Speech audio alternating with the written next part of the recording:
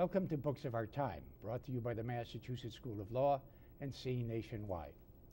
Today we shall discuss a biography of one of the greatest hitters who ever lived, Theodore Samuel Williams, Ted Williams, of the Boston Red Sox. Despite having missed nearly 5 years of his prime hitting years because he was a Marine fighter pilot in World War II in Korea, Williams' lifetime batting average was .344, and his total number of home runs was 521. The book's author, Ben Bradley Jr., is a reporter and editor with the Boston Globe and is with me today to discuss his book. And I am Lawrence Arvello, the Dean of the Massachusetts School of Law. Well, thank you very much for being with us, and this being Boston, I'm sure this will be well received. Tell me, what caused you to decide to write a biography of Ted Williams? Well, Williams was a childhood hero of mine, and I remember as a kid, my bedroom wall was plastered with pictures of Ted Williams cut out from Sports Illustrated or Sport Magazine. I grew up in Cambridge, Mass, and I'm old enough that I saw him play the last 2 or 3 years of his career, so I would go down to Fenway Park as often as I could, and it was special watching that guy hit. When he came to bat, everyone was on the edge of their seat. No one would have dreamed of leaving their seats to go get a hot dog or anything like that. There was an electricity in the air. And I remember a reporter of the day told me that he once interviewed a blind man and asked him why he came to the park when he could be home listening to the game on the radio. He said, "I like the sounds of the park when Ted Williams comes to bat." I think that's a nice little vignette. There was a murmur or a buzz or something like that? Yeah. Yeah. I think that illustrates the impact that he had, and often when he had his last at bat, when it appeared so, people would leave the park. Yeah. You know, you never knew what Williams was going to do. He had this volatile, almost volcanic personality, and you never knew when he might pop off or do something dramatic. People were aware of that and just on the edge of their seats. You say he was a volcanic personality. I take it that he got away with that because he was Ted Williams. I can't imagine almost anybody else, except maybe DiMaggio, had he been that way, which he was not, getting away with something like that. Well, he didn't always get away with it. In the mid-'50s, there were several incidents where he spat at the crowd, spat at the press box, gave the finger to the crowd. He was very thin-skinned, Ted. He couldn't accept criticism. He reasoned that he was the best at what he did. He was trying hard. That criticism of him, particularly from the writers, was ill-informed. So he would pop off. But that behavior, if you contrast it, especially to the players of today, is so unusual. The players today are trained just to accept any boos or abuse they get from the crowd as that's the fans' price of admission, and they're entitled to boo if they want to. But Ted didn't buy that way, and he would react, and then fans would see that and be encouraged to get under his skin even more because they could see they were getting a reaction. It was like poking a bear from behind the safety of the bars at the zoo.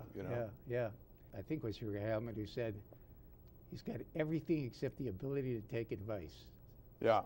I think that was in regard to refusing to go to left field when the shift was implemented. Lou Boudreau in '46, when he was with the Indians, swung all the players over to the right side of the baseball field in what was then a very innovative defensive scheme.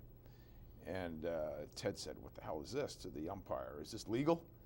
And the umpire says, "Yes, Ted, it is. Get back on the box and hit." And but it was a very effective maneuver. And Ted was stubborn, and he reasoned that he was a power hitter, and the fans were coming to watch him hit, not to bunt or to hit a little dinky single down the left field line. So he's pretty stubborn that way, and he continued basically to try and pull the ball. But he reasoned, he concluded that over his lifetime, that shift cost him about 15 points off his lifetime batting average. So if he ended 354, he thought would have been up around 359. Didn't he ultimately start hitting to left to overcome the shift, or did he never do so? Well, he tried a little bit, but he wasn't very successful at it. And that's when some of the other hitters like Ty Cobb and some others were critical of him for not doing it more effectively. But basically, he decided to just keep pounding the ball to right field, to pull the ball. Yeah. Do you think that, as Yogi Berra said, that Williams was not only one of the greatest hitters ever, which he wanted to be, but the greatest hitter ever, which I don't know that he ever entertained that thought. Maybe he did. Oh, he did entertain that thought. Did he? That was his lifetime ambition. You know, he famously said that when he retired, he wanted people, when they saw him, encountered him on the street, to say, "There goes the greatest hitter who ever lived." That was his ambition, and I would argue that he achieved that. He was a fantastic hitter who still holds the all-time record for on-base percentage, 482. Yeah. Meaning that he reached base almost one out of every 2 times. That includes walks? Includes walks, yes. Doesn't matter, but because... Well, these days there's more and more of an emphasis on that stat. He was criticized by some for walking too much, but today there's much more of an emphasis on a walk is as good as a hit. Right. Getting on base, there's a premium on that. Yeah. So he was ahead of his time, I think. Didn't he feel that if he started swinging at a ball an inch off the plate, pretty soon the pitchers would pitch it 2 inches off the plate? Exactly. A slippery slope. Slippery slope, yeah. And there was a lively debate about that back in the day. Joe DiMaggio, for instance, was critical of Williams for adopting that philosophy on the theory that he was the best hitter on the team, and if there's a runner in scoring position and you take a walk, you're hurting your team by not having your best hitter try to knock the guy in. But Williams argued, he made that slippery slope argument that if you chase a ball 1 inch, as you said, soon the pitcher will throw it 2 inches off, and then the advantage swings to him. They had a lot of good hitters on that team, didn't they? I mean, I seem to remember Tropo and Bobby Doerr, Tom DiMaggio. Yeah, Vern Jr. Stevens. These are the teams of the late 40s. And Bertie Tebbetts was a pretty good hitter. Yeah. Those are great teams, and the amazing thing was that they didn't win more pennants and more World Series. Somehow or other, the Yankees, gosh darn their eyes, always seemed to beat them, to finish ahead of them. Well, they had better pitching and really better lineups. The Yankees had a far better supporting cast than the Red Sox did for Ted. Yeah. Isn't it rather remarkable that Williams, was it at ages 39 and 40, he won the hitting championship 2 years in a row at that age? Has anybody else ever come close to winning it at that age? I don't believe so. 57 or 8, he hit 57. He hit 388, which was an astonishing achievement for a guy 39 years old. And well, it's an astonishing achievement for anybody. At least today it would be. Yeah.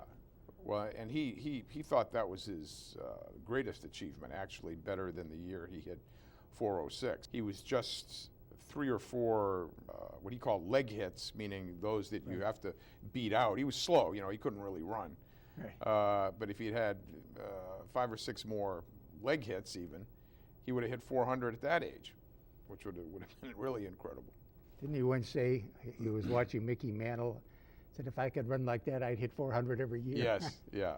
He envied Mantle his speed. Yeah, he did not think he'd be the last 400 hitter, but he is. Somebody hit 388. George Brett. What accounts for the fact, in your opinion, that nobody's hit 400 since Williams? First, you have to look at it positively for Williams, that he was this singular talent. But also the game has changed since his time, and much more of an emphasis on relief pitching than there was in Ted's day. In his day, it was much more common for a starting pitcher to go 9 innings and finish the game.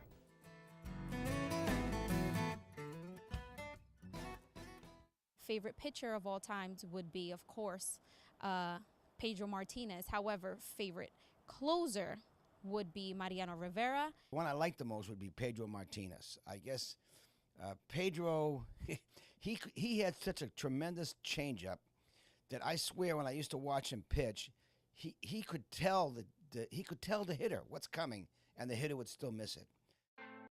From day one, I knew I took the right step.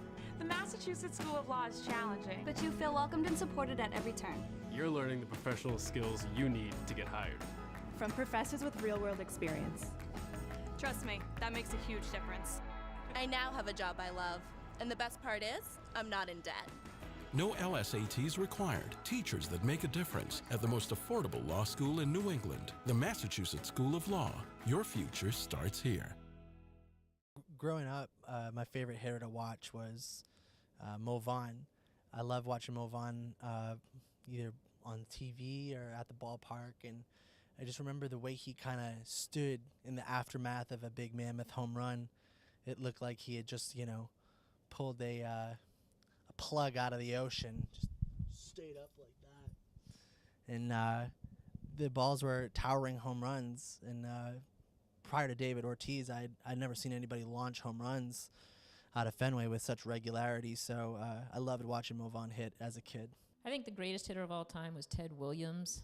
He had his career cut short by the military at a time when he was in his prime, and he still dominated the game both before and after.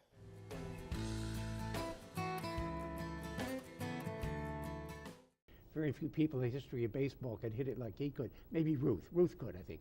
I guess overall you'd have to say Ruth was, a smidgen better hitter. But that's so what? Williams was pretty great. Maybe for power, but for power and average, yeah, I think Williams is tops. Why did you start the book with a description of the procedure at Alcor after he passed away and they severed his head? Williams, when he died, his son, John Henry, decided to have Ted's remains frozen in a procedure that is known as cryonics.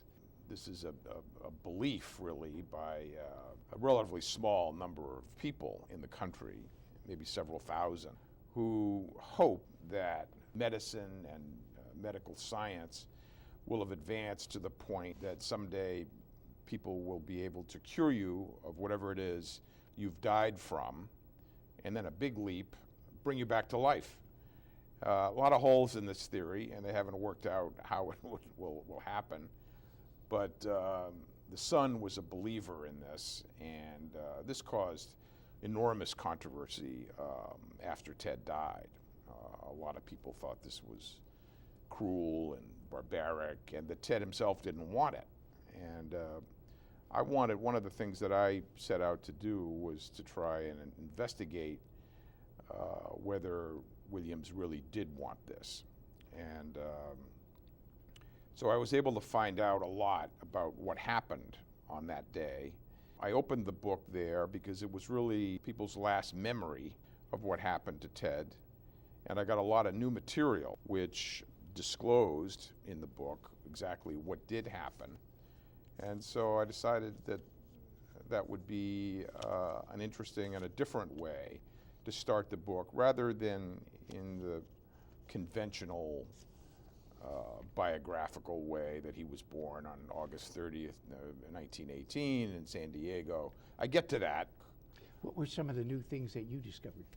My conclusion was that Ted, while he may have agreed to John Henry's request to have his remains cryonically preserved, that if he did, he wasn't of sound mind at the time. And he told others after he supposedly agreed to this in November of 2000 that no, he wanted to have his remains cremated the way his will specified. So that was a key finding. But I also talked to people who were in the operating room when his body arrived, and got the first detail of what happened inside that operating room, how they went about preparing his body, and some rather gruesome stuff, cutting off his head, and it was shocking, really, and I thought people should know that. Yeah, it is shocking. I got the sense that he had a drive for perfection, which is really the key to everything that he did. Mm-hmm. And where did he get that, and where did he get it, and how did he use it in his baseball career? He was a perfectionist, it's true. He was blessed with great natural talent, like extraordinary eyesight, a beautiful swing, and but he resented it when people tried to attribute his success to simply those natural gifts. He said, "No one outworked me. No one swung a bat more often than me. No one lived to hit the way I did." And he wanted to be the best at what he did. People who are at the top of their field, whatever that field may be, do have a drive for perfection.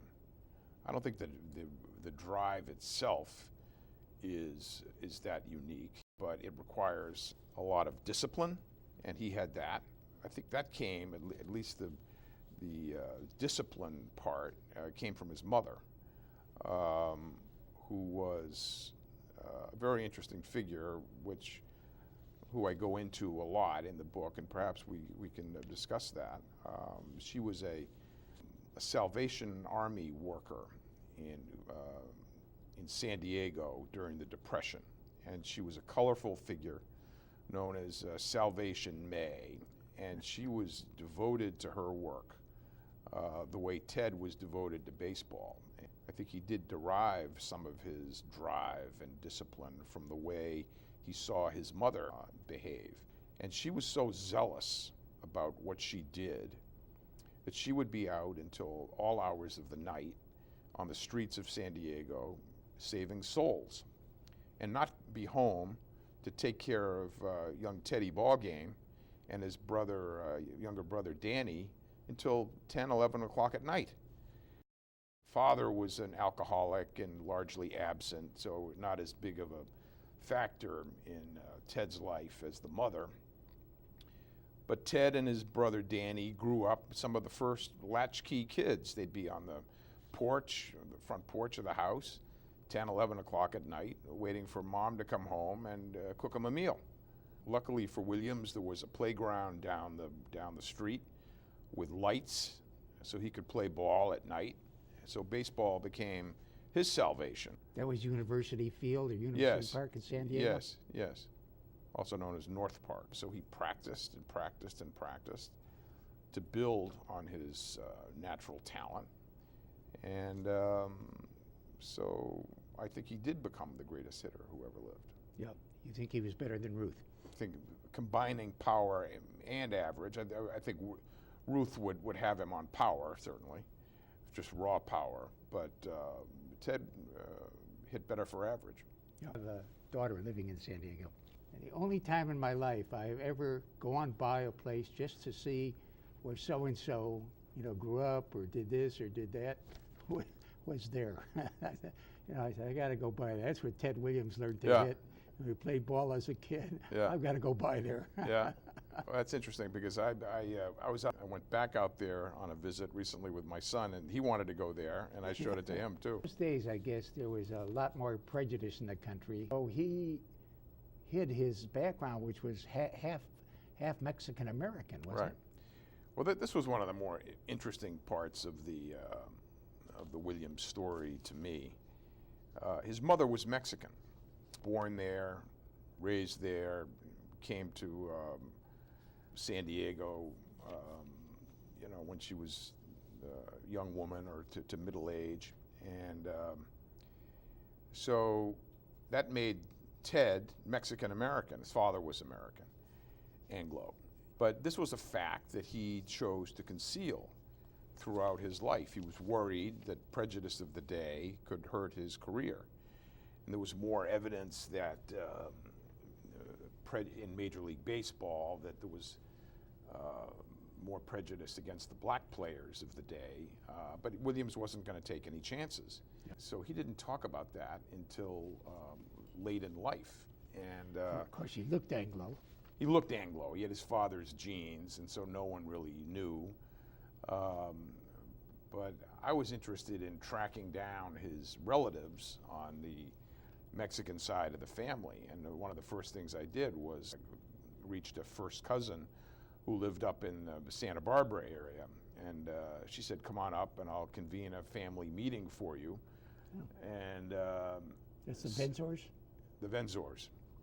And so I walked in that room and I was struck by how dark they were, darkly complected compared to Ted, who really did have his father's genes. And while they were very proud, this group, of their famous cousin Ted, they also resented him a bit because he shunned them basically his entire life. And they told a fascinating story to illustrate that, of what happened in 1939 at the end of his rookie year when he had taken the American League by storm and returned to San Diego, the conquering hero. And about 100 of the Mexican side of the family turned out to greet him at the train station. Ted gets off the train, takes one look at this gaggle of Mexicans, hightails it in the other direction, wanted to have nothing to do with them. Yeah. And that sticks in their craw to this day. I guess he had some problems with his own family, his daughter. Well, he had two daughters. You're referring to Bobby Joe, the oldest daughter? Yeah. He had two, Bobby Joe and Claudia, right? Yeah. Bobby Joe was the daughter by his first marriage. He was married 3 times. So he hit 333. Yeah. He had no children by the second, and then 2 kids, a son, John Henry, and Claudia by his 3rd marriage. And he was not a good parent, Ted, by his own admission. Towards the end of his life, reflecting, he said, as a husband and a father, I struck out, quote unquote. And he was largely preoccupied with himself, self-absorbed. He tended to his career almost exclusively at the expense of his personal life. His record as a husband and a father bore that out. I don't mean this cynically or sarcastically, but it's a statement of fact. I think that self-absorption is something that you can get away with when you're the very best at what you do. Mm-hmm. And if you're not too good at what you do, self-absorption is not regarded well by the world around you. I think I'd agree with that. Yeah. You can get away with a lot if you're the greatest hitter. Or whoever. Yeah, well, that's right. That's right. You point out that he was an intellectually curious guy, and one of the things he was curious about was the art of hitting a baseball. And that's probably an unusual thing. A lot of baseball players, I think, take a simplistic view of hitting, see the ball, hit it. That's it. Ted was interested in the physics of baseball. And, he once went over to MIT and paid a visit to a physicist over there to talk about, the aerodynamics and what made a baseball curve and Bernoulli's principle. And he was way ahead of his time in using a lighter bat. Louisville Slugger people told me that when he first proposed using a lighter bat, they said, Ted, you're crazy, you're a slugger, you know, we use a heavy bat. And he said, no, a lighter bat will increase my bat's speed and therefore increase the torque, and that will produce as much power and give me a quicker bat. So he was always interested in what made a better hitter, and he always studied the pitchers very carefully and kept a close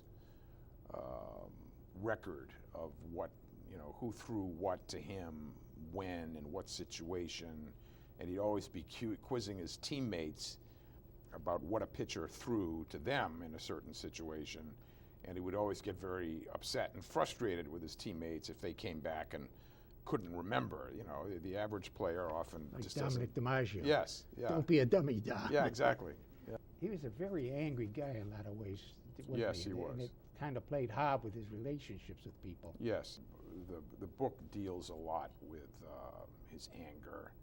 I think the anger was rooted in resentment of his mother for not being there for him as a child.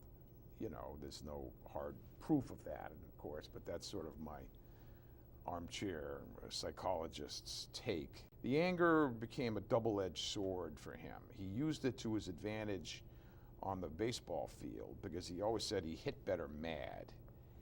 So he would, you know, manufacture some kind of feud with the sports writers to get an edge going and to get himself revved up. And then, Why do you think he hit better when he was angry? because he was up, he was pumped up, Pumped up. and you know, it helped him as a motivator. Okay.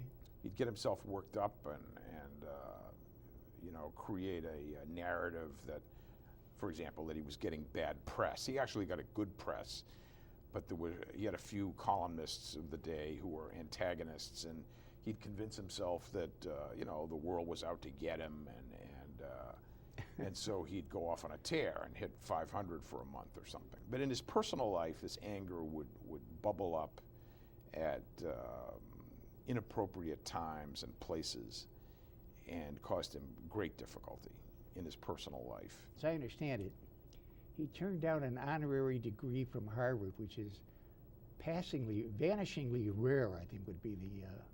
Hardly ever been done. Hardly Except Katharine Hepburn and a few others, I think. I love that story.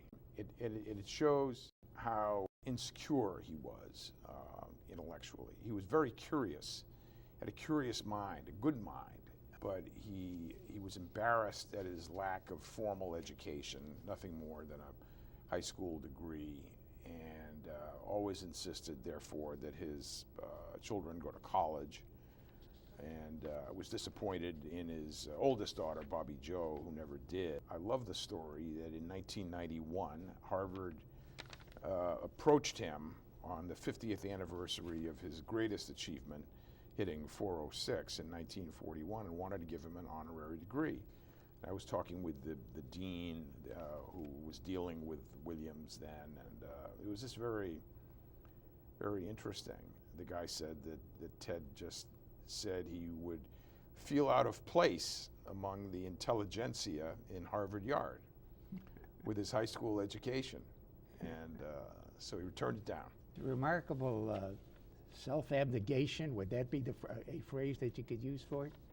Well, in any event, apparently he worked very hard to build up his arms and wrists and hands, and he used to do a lot of push-ups. Yeah, fingertip push-ups. Fingertip push-ups. He would lift he would get down on the floor and take a heavy chair, like the ones we're sitting in, and lift it up by one leg, up and down. He was skinny, very skinny as a kid, and was always trying to bulk up. He was, you know, almost 6'4", but 160 pounds wringing wet. And so he was always trying to bulk up and do these exercises. You know, in those days there was no weightlifting. Yes, right. Weightlifting must have come in, I think, I seem to remember it beginning in the late 50s or something when I was in college. Yeah. And then it became a big deal after that. I can remember going down to the gym in Waterman Gymnasium in Ann Arbor, and this There were guys who were there every day pumping iron. Yeah. Like his mother, he had a monomaniacal focus, right? I mean, when he zeroed in on something, he focused on it. I don't want to say to the exclusion of everything else, but he focused on it very hard. He was single-minded, very determined in his desire to become the greatest hitter who ever lived. He would take balls home with him from the Padres or something like that, and the manager didn't believe him when he said he would be hitting it, and then went out to see one, and he was out there hitting the balls to the kids. Yeah. Yeah. Yeah, this was when he signed his first pro contract with the San Diego Padres of the Pacific Coast League. And he was 18, 19 maybe, just right out of high school. Wasn't starting all the games initially, so he wanted extra batting practice. So he said to the manager, I need some extra baseballs. I'm going to go back to the playground where I grew up, and he'd hire some kids to go shag balls for him, for a nickel or whatever they paid back then. And yeah, the manager doubted what he was doing with all these baseballs. One day just went over to the park to see if he in fact was out there, and there he was, slugging those balls. Apparently, Williams was in a major way, one of these persons who combined great physical talent with a real head. And apparently he had a tremendous memory, you talk about, as to what pitchers had thrown him previously. Yeah. And, that had to have helped, because he figured out, what did he say once? I don't guess. I know what they're going to throw me, or something on that order. Yeah, but it was based on his recollection of what the pitcher had thrown to him in the past in similar situations. And pitchers who he would encounter in retirement, they'd talk over old times, and the pitchers would be, they'd get to telling war stories about how, Ted hit a home run off such and such a guy in 1948, and the pitcher would say, yeah, I remember that day, and Ted would say, I remember it better than you. It was a fastball low and away, He could just pick it out like that. I guess that when he was young and coming up in the minor leagues, he was considered quite the screwball. He was, yeah. Screwball is the term that they used back in those days. Today, I'm not sure. When I used it. I'm not sure what it would be today, flake or something. But yeah. Yeah, he was very different, and but part of it was that he had never been anywhere. He'd never been out of San Diego, and Bobby Doerr, for instance, he was one of my first interviews. He's still alive, by the way, like 95 or something, living out in Oregon. He was great recalling Ted's first road trip for the San Diego Padres, when they would take the train up north and go all the way up into Oregon, and he'd never been on a train before. He'd never been in a restaurant, much less a club car, a dining car. He didn't know how to order a meal. He'd come in and he'd see his teammates already eating, and he'd just go wild at all this food around, and he'd swipe a roll off some guy's plate, and he didn't know how to handle himself. And Doerr would take him under his wing and say, all right, you've got about $5 a day in meal money, and you got to tip so-and-so, the waitresses this much, and he schooled Ted on the social graces. You don't hear about things like that anymore. I mean, do they not exist, or is it just that with television and so much newspapering and so on that, everybody, there's nobody who's that basically unaware of things anymore that I'm aware of. Yeah. He was almost a feral child, he was kind of wild, and not well off at all. It was a very poor family. Yeah. Yeah. And so he was getting exposed to all these things Yeah. for the first time. Yeah. Talk a little bit about his war against the writers. Why and who? And I have a long chapter in the book called The Writers, and it was the writers back then. It was newspapers. Yeah. You know, there was no television, radio was around, but newspapers dominated the scene. Ted didn't like reporters, you know. He thought they were prying into his personal life. He was very naive about the press. He didn't understand or appreciate that fans wanted to know something about his personal life. So even the most innocuous feature story that somebody might write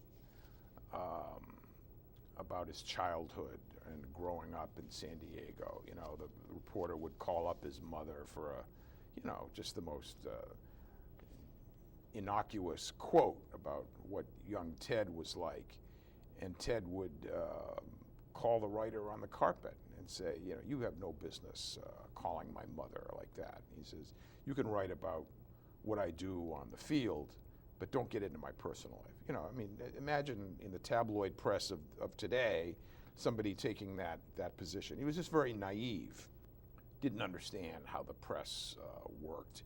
And generally, he got a very positive press. But there were a few columnists of the day, notably one Dave Egan, who was the star sports columnist for the old Boston Record, who made it his mission to give Ted the jab all the time. He would refer to him as T. Williams, Esquire. And Egan's mission was to basically take down whoever was up in town. And Williams owned the city then, just owned it. And baseball was by far the dominant sport of that era. You know, this was pre-NFL, pre-NBA. It was baseball that really was America's pastime. Well, I think that when I started reading the newspapers in 1947, still pretty much all baseball as I remember it. Yep. Yeah. Yep. 'Cause I think maybe not until the late 50s when you began to get a lot of football and in the 60s basketball and, you know, things, whatever. There was one year, I forget, was it 1941, that he going into the last day, his average was like 3.9999, which I think comes out to 199 10,000ths or something like that. I figured it out. In other words, 400 by any reasonable measure, but he wouldn't take that. He decided to go into the last day, and he hit. Probably the most dramatic day of his career and his signature achievement. He's the last player in more than 70 years to hit 400. And he went into the last day of the season in 1941, hitting 399.5, I think it was. And his average would have been rounded up, but he knew that would have come with a big asterisk. And while his manager, Joe Cronin, said, offered to let him sit out the last game, and in fact urged him to, Ted said, no way.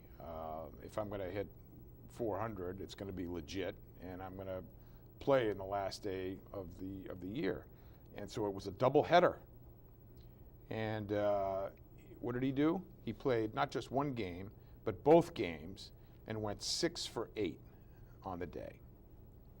So that was a courageous decision, and really his signature moment. Did he ever talk about that? Oh, he talked about it a lot. Yeah. And why did he say he did it? He didn't want to be a chase champion, so to speak? Exactly. Yeah, he knew if he sat it out, it would come with an asterisk. Say it would have gone on the books as a 400, but they would have had to said this is 399.5 rounded up, and he wanted to be legit. I like Bob Feller's comments. You know, the pitcher never lived who could throw the ball by him. He must have had incredible reflexes because those balls are going 100. I think the fastest now is about 101. Yeah. Something like that. Well, Williams always said that hitting a baseball is the hardest thing to do in sports. And he would get some argument from that, like, you know, he and Sam Snead, the golfer, would get into arguments about that. And Snead would try to argue, well, hitting a golf ball is harder. And Williams would say, are you kidding me? The ball is just stationary, and you just go up and whack it. And Snead said, yeah, all right, Ted, let's see you do it. And Williams's, you know, drive would slice off into the woods. And I think people generally, I mean, I think there's a lot of support for Williams's case that, you know, if you stand in the batter's box against somebody throwing cheese at 98 miles an hour, the idea of getting around even, you know, turning on that fastball and having a bat speed quick enough that you can, it's very difficult to do. Yeah. Plus the fact you've always got to watch out that it's not coming straight at your head, Yeah. which happens. Yeah. Yeah. Yeah. A golf ball's hard to hit, but it doesn't move. It doesn't move. That was Ted's argument. My favorite player is Pedro Martinez because he was the most exciting pitcher I've ever seen, and you never expected him to lose. My favorite pitcher is probably Curt Schilling, just because he won us our first championship here, and he did it with an injury that by all means he never should have been pitching on. So I'll always have a soft spot for him. Best pitcher that I ever saw pitch, however, was Sandy Koufax. I didn't get to see him that often, but Sandy Koufax, I mean, I think he had like 6 no-hitters in 6 years. I mean, who does that? I mean, the guy was amazing. Earning your law degree shouldn't burden you with overwhelming debt. At Massachusetts School of Law at Andover, we believe it should be affordable, achievable, and yes, even an enjoyable first step to your successful career. We believe in an atmosphere of support, flexible class scheduling, and hiring professors with real-world experience, ensuring you leave law school with the professional skills you need. We are the most affordable law school in New England, and we believe in you. The Massachusetts School of Law. Your future starts here. The best batter of all time would have to be Babe Ruth. Favorite all-time player would be Derek Jeter from the New York Yankees. All the 90s Red Sox references, but favorite pitcher to watch as a kid also was Pedro Martinez. This guy was not afraid to throw up and in. He wasn't afraid to let bigger hitters know that this is his plate. And I think he brought an intensity to the mound that was really only rivaled by his disgusting changeup. Stuck in a cubicle, Jess was going nowhere. Carol made the switch from a tech company. Everald was an undergrad who knew he wanted more. He deserved more. Find your future at the Massachusetts School of Law. Immerse yourself in a fun, supportive campus environment. Learn professional skills from instructors with real-world experience. Take the first step in changing your life at the most affordable law school in New England, the Massachusetts School of Law at Andover. Your future starts here. Best batter I ever saw was Ted Williams. Ted Williams could hit. I mean, he was nobody could hit like the Splendid Splinter. He had the most beautiful swing that I've ever seen. His book is still a classic. I mean, I think if you want to learn to be a great hitter, you have to read his book. And he could hit with power, and he could hit for average. Of course, he was the last one to ever hit over 400, and I don't think that'll be broken. At least I can't see that ever being broken again. And one thing about Ted is that it's important to know, he didn't want to be just good. He wanted to look good. And, you know, he probably had the most beautiful swing ever in baseball, a slight uppercut. And he wanted to get the ball up in the air, go for power. Where did he learn to swing like that? Did somebody teach him? Did he figure it out? No, it was, you know, just work on the playground, and that was the natural swing that he developed. And, you know, he would go to school each day carrying a bat. He would swing the bat on the way to school.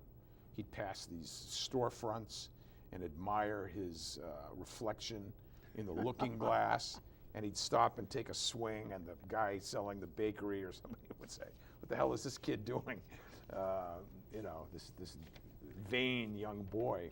What about black and Mexican players? I mean, he was pretty decent about that at a time when Major League Baseball was the opposite. Yeah, one of the great things that he did, he had come up with black players in high school and the minor leagues. He had played against Jackie Robinson in Southern California, and his high school Ted's was all white, but he had played against other players. And in the minor leagues, he'd gone up against some of the old Negro League barnstorming teams, Satchel Paige and others.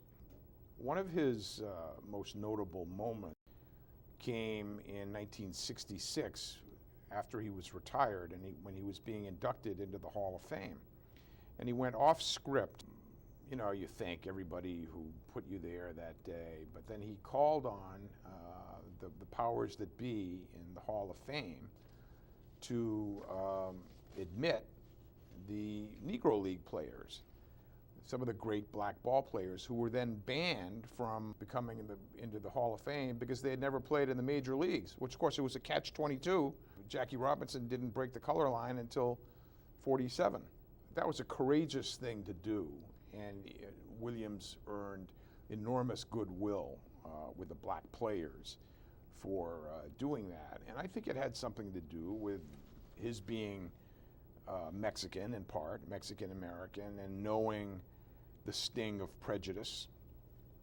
And so when Robinson integrated the league, Williams sent him a letter of congratulations. When Larry Doby became the first black player in the American League for the Cleveland Indians the following year, Williams would go out of his way to welcome him and chat him up and how you doing and that kind of thing. I think that was a significant thing that he did to make black players feel welcome. You know, if memory serves me right, I think a guy named Fleetwood Walker in the 1880s was a black ball player and was maybe the first black ball player in the major leagues. So they had what in effect were major leagues in those days. And then somehow, I think it was Cap Anson of the Chicago Cubs that said no more of this. He's a bigot. And then there were no, as you point out, there were no blacks for about 60 years in the major leagues. Absolutely astounding. And everybody knew that they were wonderful ball players. In fact, they used to, when the Cubs weren't at home at Wrigley Field, and the same goes in other stadiums, the African American leagues would play. Yes, yes. And that was a way that the major league owners that made money. That revenue stream was one reason that they didn't want integrated baseball, because they were making money off segregation, and they also worried that if black players played in the majors, that the white fan base would be offended and stop coming to the games. Who knows, you know, I mean, they could have been accurate, not justifiable, but it might have been accurate. Right. Of course, you know, those were just terrible days. Everybody passed on Robinson, on Willie Mays. That's just startling. The Red Sox did. Red Sox passed on Willie Mays. I think a lot of teams passed on Willie Mays. Passed on Robinson and Mays. Yes. Yes. So can you imagine an outfield of Dom DiMaggio, Willie Mays, and Ted Williams. Yeah. Yep. That's all I can do is imagine it. Yeah, right. The Red Sox were not good when it came to black athletes. Yeah. Well, I don't think that was Ted's fault. That was Tom Yawkey's fault, the owner. So you said people blame him. I don't think generally, at least knowledgeable fans blame him, knowing that he helped black players. But it is an interesting question, given Ted's role as a star for the Red Sox. Could he have pushed Yawkey privately more to integrate faster? He told a few friends late in life, Williams, that yes, he thought he should have done more. When you dried the moisture out of bats, the ball would be hit farther and harder. Did he figure that out? This guy, Larry Pressman, offered that theory to him, and he was interested. It's one of the new stories in the book. It's a local fellow, older man now, who lived in Chelsea, across the Mystic River from Boston. Had grown up a fan of Williams, and he had sort of a scientific bent, and he was experimenting with the effect of moisture on bats. He noticed if he left his bat out overnight, it would be heavier after absorbing moisture from the dew and the grass and so forth. And he experimented one day and heated the bat in his wood stove. Noticed that the next day that the bat was lighter and he could hit better with it. And so he writes a letter to Ted Williams, and the letter finds its way to Ted, and Ted is intrigued. This is a 14-year-old kid or something at the time. Ted says, come on in to Fenway Park and let's talk. Pressman goes in and they talk about this, and Williams says, well, you have a wood stove to heat your bats. How am I going to do that? And Pressman says, well, you've got an industrial strength washer dryer here in the clubhouse. You wrap the bats in a towel and you put it in the dryer, let it go for about 15, 20 minutes, and then the bat will be nice and dry. And Ted tried this, and then went out and took some batting practice and found that he was getting better performance out of this. Pressman, he wanted more proof of this, and so they had a batting practice session arranged with bats that had moisture and bats that didn't. And Ted took a scientific approach to this and concluded that he was getting better performance. So he did this unknown to, I'm really revealing it in the book, to most everybody, but I got several players like Jimmy Pearsall and Bobby Doerr to confirm that yes, he would do this in the clubhouse, heat the bats. And the other players thought it was just another Williams eccentricity, and he did it. Yeah, yeah. Famous he made quote. a great catch and broke his elbow crashing into a wall. What, did he ever say what possessed him to do that? Yeah, good question. The heat of the moment, I guess. That was the 1951 All-Star game, where he broke his elbow making a really good catch. And you're right, that didn't square with his famous quote, "They don't pay off on fielding."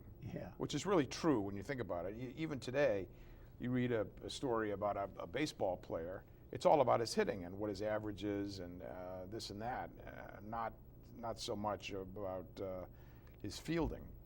But that was a day when he did make a rare, sparkling catch, and he always said that he wasn't the same after that he didn't get the arm extension that you really What did need. he think not getting the arm extension meant in terms of his hitting? Meant that he wasn't getting the follow-through and the power that he had beforehand. Yeah. Why don't you talk about a comparison between Joe DiMaggio and he in terms of what each did and what each accomplished? Yeah. Well, they were the great stars of the day in baseball's heyday. Well, there was one guy in the National League too, Musial. Yes. Who probably ranked with them, but you'd hear about DiMaggio and Williams because there was the American League. And Musial played in St. Louis, which was way out in the Midwest somewhere, and yeah, there's an old Yiddish word, Yenenveld. It was in Yenenveld. It was way the hell out there somewhere. Yeah. And Musial didn't have the dynamic personality that Joe and Ted did, especially Ted. DiMaggio was actually quite quiet and sullen, but they had a great rivalry, Ted and Joe. For DiMaggio, the rivalry was personal. For Ted, it was friendly. And but DiMaggio extended the rivalry even into retirement. He would always privately disparage Williams to his friends. He'd say, tell him to hold up his hand. How many rings does he have? meaning World Series championships. And of course, Ted had none. The Red Sox had only went to the World Series once in Williams' career, 1946, when they lost to the Cardinals in 7 games, and DiMaggio won, 10 or 11 World Series. Yeah. And beat the Dodgers every time. Yeah. And he'd say that that he runs like a duck, and talking about Williams, and he throws like a broad, and these unkind remarks. Yeah. But whereas Ted was always more generous to Joe in his private remarks, and always said he was a great player. Always conceded that he was a better all-around player. Certainly, Ted was a one-dimensional player. Yeah. All he cared about was hitting. Yeah. He had this lifelong rivalry, but I think Ted was kinder to Joe. I found it remarkable that when attendance went down in 1942, DiMaggio and Williams both Joe DiMaggio and Williams both felt that the ball had been dead, and the owners got together and agreed to tell the managers, pitch to Williams so he'll hit more. Yeah. That's astounding. I can't imagine that happening today. See, Williams, Dom DiMaggio, Bobby George, Johnny Pesky, Vern Stevens, Ellis Kinder, those are all mentioned in your book, and I would add Bertie Tebbetts and Walt Dropo. Yeah. How did that team ever lose a game? I mean, that was an all-time team. That was the 51 team? Yeah, and they had been that way since about 46. Yeah. Well, then the team broke up. Dorr retired, and they didn't have the depth of pitching. After Ellis Kinder, it got pretty thin. And they had a guy named Jack Kramer who was pretty good for a while. Yeah. But I guess that was it, Kinder and then maybe Kramer. And then when you head into the 50s, the rest of that decade, the team was really pretty lousy, and Ted was the only reason to come to Fenway Park, really. There is a story that you wanted to tell about Williams, because apparently it's one of many remarkable ones about him. Why don't you go ahead and tell it? Well, there are a million great Ted Williams stories, and sometimes they're difficult to recount publicly because Ted was so profane that they're not always fit to be heard in an audience like this. But one of my favorite stories happened in 1955 when the Red Sox were playing the Washington Senators at Fenway Park in summer of '55. And the pitching for the Senators that day was a rookie named Pedro Ramos, Cuban. Remember him? Oh, sure. Williams came up, and Ramos struck Ted out. And it was very unusual for Ted to strike out. So Ramos, this rookie, was beside himself with excitement at having struck out the great Williams. So after the game, in an act of great chutzpah, this rookie takes the ball that he struck out Williams with, barges into the Red Sox clubhouse, approaches the great man, and asks him, would he autograph the ball that Ramos struck him out with? And Ted said, get the blankety blank out of here with that ball. I'm never going to sign it. But somebody persuaded Ted ultimately to sign the ball for this young Cuban rookie, Pedro Ramos. Ramos takes the ball back, happy man. Fast forward 2 or 3 weeks later, the Senators are back in town at Fenway, and Ramos is on the mound again. Up comes Ted, puts the first pitch 20 rows up in the bleachers for a home run. And he's into his home run trot. He's rounding third. He yells over to Ramos, I'll sign that son of a bitch too, if you can find it. I think that's my favorite Ted story. Yeah. I want to thank you. Thank you. Pleasure. Ladies and gentlemen, buy this book and read it. It is truly interesting. And while it's about a great sports hero, it's about a lot more than, quote, just a sports hero. And be with us again next time. Thank you.